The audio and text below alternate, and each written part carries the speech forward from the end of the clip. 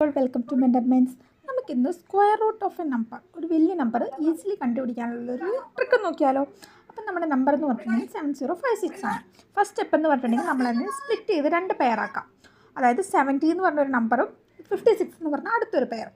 നമ്മൾ ആദ്യം ലാസ്റ്റ് പെയറായ 56നെ നോക്കാം. 6 എന്ന് പറഞ്ഞുള്ള നമ്പറിലാണല്ലേ അത് എൻഡ് ചെയ്യുന്നത്. അപ്പം അതിൻ്റെ സ്ക്വയർസ് എൻഡിങ് വിത്ത് 6 എന്ന് പറഞ്ഞിട്ടുണ്ടെങ്കിൽ always have 4 or 6 at the end. Okay, അതാണ് 4ലോ 6ലോ ആയിരിക്കും അത് എൻഡ് ചെയ്യുന്നുണ്ടാവാം. അപ്പോൾ അത് നമ്മളവിടെ നോട്ട് ചെയ്തിട്ട് നിർത്താം. നെക്സ്റ്റ് നമ്മൾ ഫസ്റ്റ് പെയറിലോട്ട് പോവാം. അത് 70 ആണല്ലേ. അപ്പോൾ 70ൻ്റെ greatest square less than or equal to 70 വരുന്ന നമ്പർ ഏതാണെന്നുള്ളത് നമ്മൾ നോക്കാം. അപ്പോൾ നമ്മൾ നോക്കുമ്പം 8 സ്ക്വയർ എന്ന് പറഞ്ഞാൽ 64 ആണ്, 9 സ്ക്വയർ 81 ആണ്. അപ്പം 70യുടെ മുകളിൽ പോകരുത് അല്ലേ. അപ്പം നമ്മൾക്ക് നോക്കുമ്പോൾ ഏറ്റവും അടുത്ത് വരുന്നത് 8 ആണ്.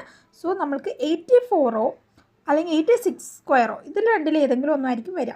അത് നമ്മൾ ചെക്ക് ചെയ്ത് നോക്കാം. നമുക്കറിയാലോ, മൾട്ടിപ്ലൈ ചെയ്ത് സ്ക്വയർ കണ്ടുപിടിക്കാൻ നമുക്കറിയാം. അപ്പോൾ നമുക്ക് 84 സ്ക്വയർ ചെയ്ത് നോക്കുമ്പോൾ നമുക്ക് കിട്ടുക 7056 എക്സാക്റ്റ് ആയിട്ട് കിട്ടും. സോ 7050ൻ്റെ റൂട്ട് എന്ന് പറയുന്നത് 84 ആയിരിക്കും. നമുക്ക് ചുമ്മാ ഒരു കൗതുകത്തിൻ്റെ പുറത്ത് നോക്കാം 86 സ്ക്വയർ എത്ര വരുന്നുള്ളത് അല്ലേ. അപ്പം അത് നമുക്ക് ഏകദേശം കിട്ടുന്നത് മൾട്ടിപ്ലൈ ചെയ്യുമ്പം 7396 ആണ്. അപ്പം അത് ഒരിക്കലും ആയിരിക്കില്ല ആൻസർ. അപ്പം ഇങ്ങനെ നമുക്ക് ഈസിലി കണ്ടുപിടിക്കാം.